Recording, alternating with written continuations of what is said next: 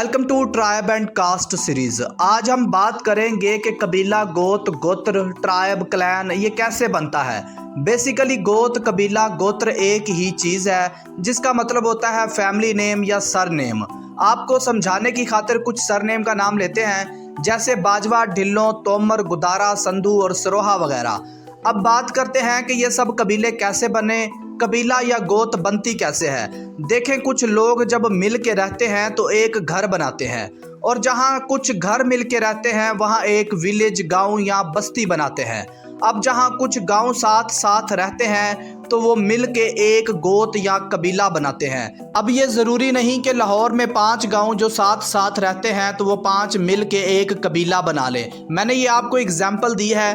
कबीला जगह के नाम से और पुरखों के नाम से बनता है। सपोज करें कि 5000 लोग पाकिस्तान के शहर मुल्तान से 1000 साल पहले माइग्रेशन करके मौजूदा इंडिया के शहर हरियाणा में बस जाते हैं, तो वो हरियाणा के लोगों से अपना इंट्रोडक्शन कैसे कराएंगे?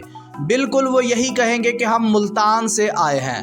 अब हरियाणा में जब भी उन 5000 लोगों में से किसी का भी जिक्र किया जाएगा तो जो हरियाणा में पहले से मौजूद लोग थे वो उन 5000 का नाम लेते हुए ये ज़रूर कहेंगे कि मुझे ये बात आकाश मुल्तानी ने बताई है।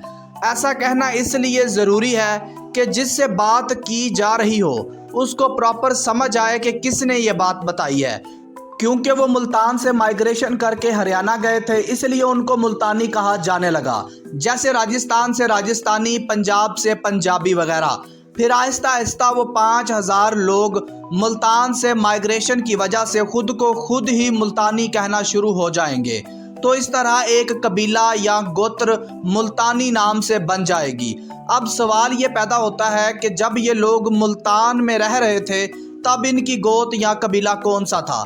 ये बहुत इम्पोर्टेंट क्वेश्चन है। तो इसका जवाब ये है कि हर गोत की मोल गोत्र या झैली शाख होती है, जिसको इंग्लिश में ब्रांच कहते हैं। मैं आपको एक एग्जाम्पल में समझाता हूँ।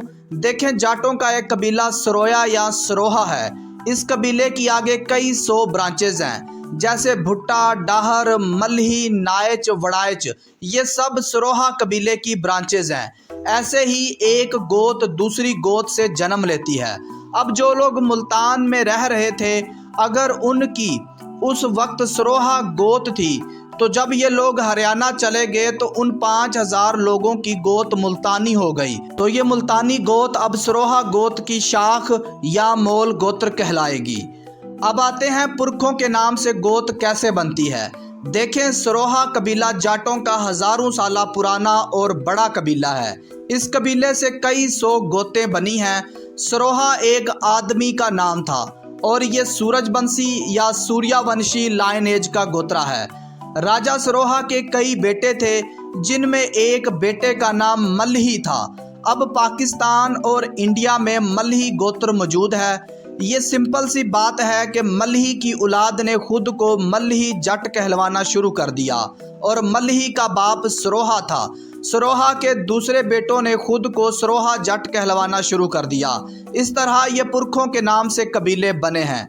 उम्मीद करता हूँ कि आप सबको ये बात समझ आ गई होगी कि कबीला या गोत कैसे जन्म लेती है।